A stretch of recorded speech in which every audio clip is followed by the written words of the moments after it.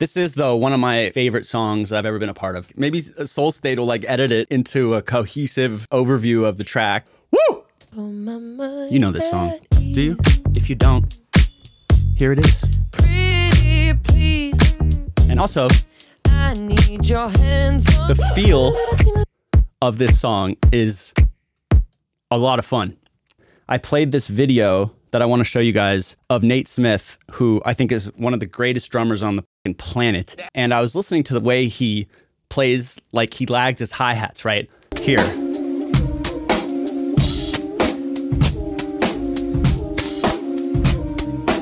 Where he places his hi-hats is very important. It's not a triplet, but it's also not straightforward like long story short, the way he times his hi-hats is kind of the vibe I wanted. Okay, now granted, it's a lot faster. Okay, but I want you to check out the hi-hats. Because without the hi-hats, whatever, right? It like lags a little bit, which creates the like push and pull kind of feel. I wonder if you've ever even heard this song. It's probably, oh, I fucking hate that song. I normally hate most of my stuff. I probably bat 8% of the songs that I work on ever come out. This song, this is one of the ones that I really like. What I really, really love was I used LFO Tool to make this crowd sound like an up hat, you know? Of all the ideas I've ever had, I think that's the coolest one. The rest of them have been terrible. This is just a good example of like how fun LFO Tool can be, right? Like, anyways, the only difference between the first verse and the second verse is that crowd. Let's take a look at these hooks and see what else we got going on here. On the drums.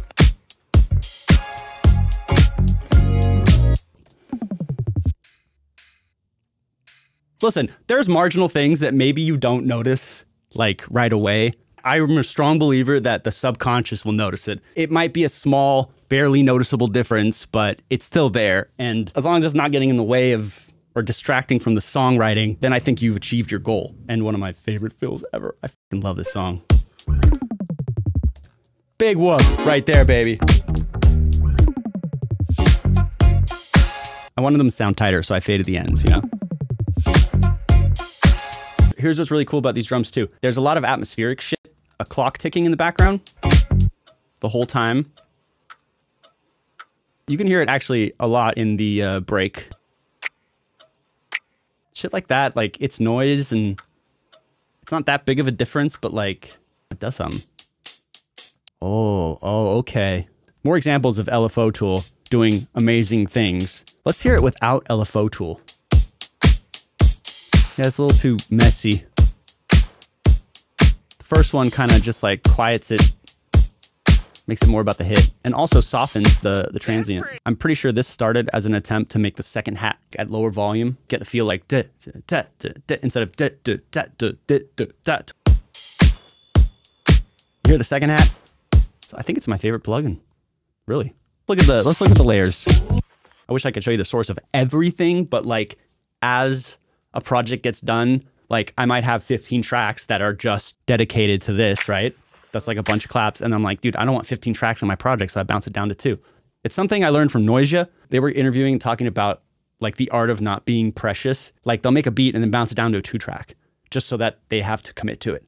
It's a way of committing for me. Obviously I have commitment issues. So we're going through layers. Ooh, there's a lot of stuff in here. Okay. Little kick. I'm layering the snare. I'm adding a transient to it, you know?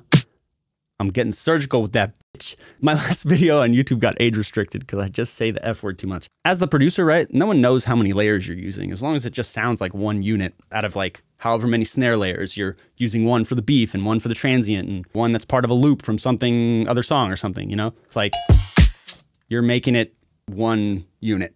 It's all this. Like so much of the drums is actually atmospheric, you know? Like if you take away the main transients, there's so many layers that aren't even the kick and snare. Right now we're just playing the ambience of the drums.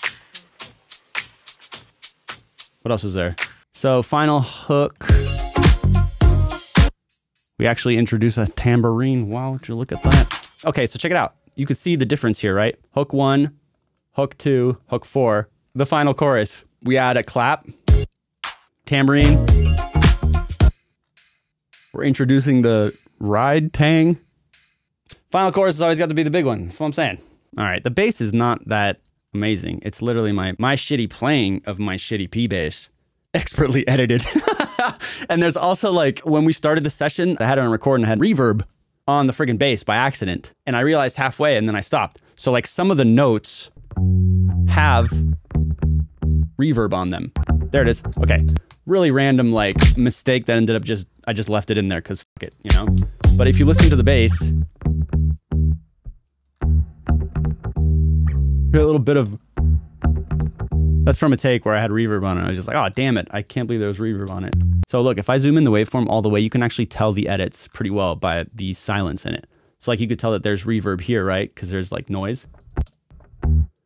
So I'm really making it tight in certain areas. Like that's dead silent, except here. Like one of my favorite things to do in production, and not in real life, one of my favorite things to do is violate space. Establish a room and then totally violate it. You know, introduce a reverb and then cut that reverb off. Like I said, I only do that in productions, not in real life. All the yellow parts are silence that I chopped out. So like no line noise at all. Like right here, you could see the little bit of line noise and reverb. You can really hear the reverb. Very important addition to the bass here. On the hook, a sub bass is introduced that comes in underneath the bass. And if you guys are watching on an iPhone, you won't hear this. Basically, on the chorus, this comes in, which is complementing the live bass and adding a sub that wasn't there from just the P bass alone. Here's a cool thing. Basically, all the bass on the first hook is these two things. Third hook, we're adding this little guitar guy. Wait, I need to take off LFO Tool too. LFO Tool's ducking the crap out of it.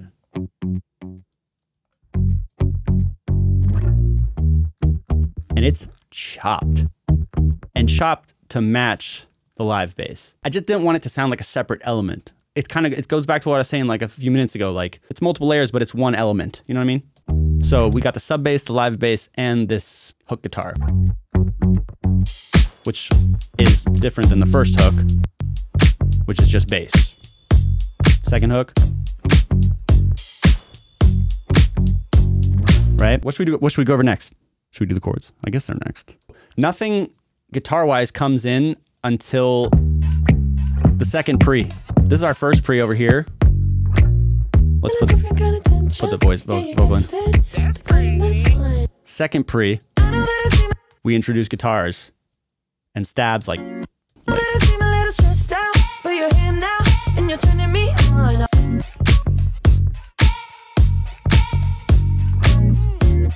pretty simple. Let's look at the layers. We got those guys, then we got some synths. These are very important. Lower mids complement these frequencies pretty well. We're noticing a theme. Layers. Let's look at the hook. How do you come up with all of these ideas? As I'm going through it, I'm like, oh, you know, it'd be cool. That's usually how it happens. It's like, oh, you know, it might be cool to like emphasize this part. Or the most general way I could say it is rate of information, right? Think about it in terms of how much information I'm giving to the listener at once. The second hook is, if I just left it the same as the first, there's no new information. So maybe maybe it won't be as engaging or something, or as interesting. I find the gaps, fill the gaps. But here's the thing though, that can lead to like overproduction. It's not about always filling every fucking gap. You got to serve the song, right? You can't just, every time there's a lull, fill it with something. So tiny, but probably the most noticeable difference in the second hook. I mean, besides the guitars. Like, first hook, Pretty Please, and then Pretty Please. It fills a big gap. Mwah! The bridge. You know what this is? This is when it's really late in the day and we're like, should we write a bridge? I don't know, maybe. Ian, you worry about it. Okay. So it's made out of like just a bunch of shit. Let's go over it. My debut. Me trying to be Charlie Puth. It's your boy. Let's go through all these layers. What's this one? It's a lot. And this is a fun thing. That's actually from New Rules. I'm gonna tell them to myself. But it's like repitched in Melodyne. It's because I was desperate for content to put in a bridge. Where's that? Where's the fucking cowbell? My favorite thing ever. Is it Hit Kit? Yep, Hit Kit. Also, kind of important to check out the timing. If I quantized it, it would be awful. Ew. I mean, it's so off the grid.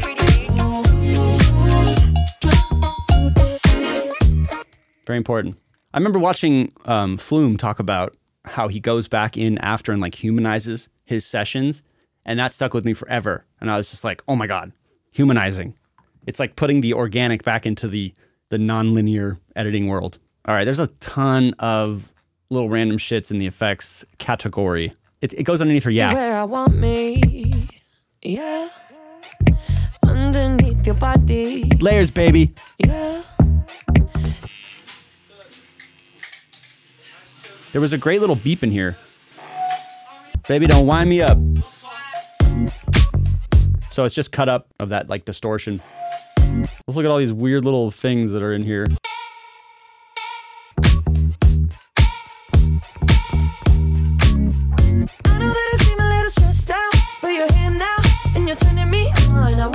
Fill in space.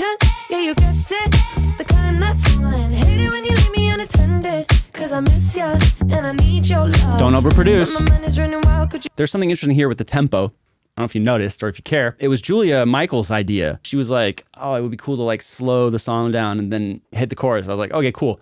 Dua sang it, and then I used the tempo track to just match her tempo. I wanted her to slow down at whatever rate she wanted to slow down. When my mind is running wild, could you help me slow it down? And then I based the tempo track to just match up with... When my mind is running wild, could you help me slow it down? Put my mind at ease, trickle down my spine. What's here?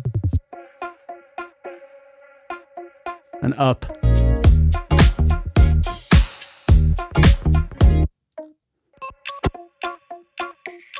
There's a lot of space in the song. And as it goes on, I'm just starting to fill more of those gaps. So it just subconsciously feels like progression, you know? Like that's such a tiny little sound in the midst of everything, but you still hear it because there's a space for it. You can kind of... Not there. Anyways. You know what's funny is that I don't even have the vocal processing on this session. It's a bounce. Listen to these vocals on. I'm about to embarrass the fuck out of myself. Can you hear me go? Pretty. It's barely there in the mix even, but it's there. Layers. Some really great harmonies from Julia. Trickle down my spine. Oh, you look so pretty, please. I'll tell you what, since it's operating at such low volume, that's when I start to use OTT, because that just like, it takes your dynamic and expands and compresses over the top, you know what I mean? It lets me get information across at pretty low volume. That's how I use OTT most of the time for shit like this, that I want people to hear like way in the back, but that wouldn't necessarily be as present if it wasn't being expanded and compressed, right? OTT is a very, very useful tool. Anyways, hi Ian. I often get insecure about what samples to use specifically for kicks and snares, so I lose a lot of time auditioning, ending up with nothing. Yes, it does happen to me. Boy, does it happen to me, Brian. Think of your layering in terms of like every layer you add will serve a purpose. For instance, the kick has 3 layers, I think. Like that's just transient. But I also need sub. So when you're throwing shit in, like that's a very tight kick. So I could layer a room kick onto that. So say I layer in this kick with that. I already have all the low end I need, right? So I'm just gonna take the low end out of this kick, just the room. So now I have one kick, but it's roomier. Every layer serves a purpose. I like that you said you only hear 4 elements in the song because that's the objective. The listener doesn't know how many layers you put on your kick. The listener doesn't know how many things you got going on, but out of all the details and stuff, you're making a phrase. Like when I'm walking around the house, sometimes I'm just like, pretty, like I'm just like, it's memorable, you know, and it might be a ton of layers, but it sounds like a phrase, a unit, you know, layers. Bong bong, ding ding dong. Phrases.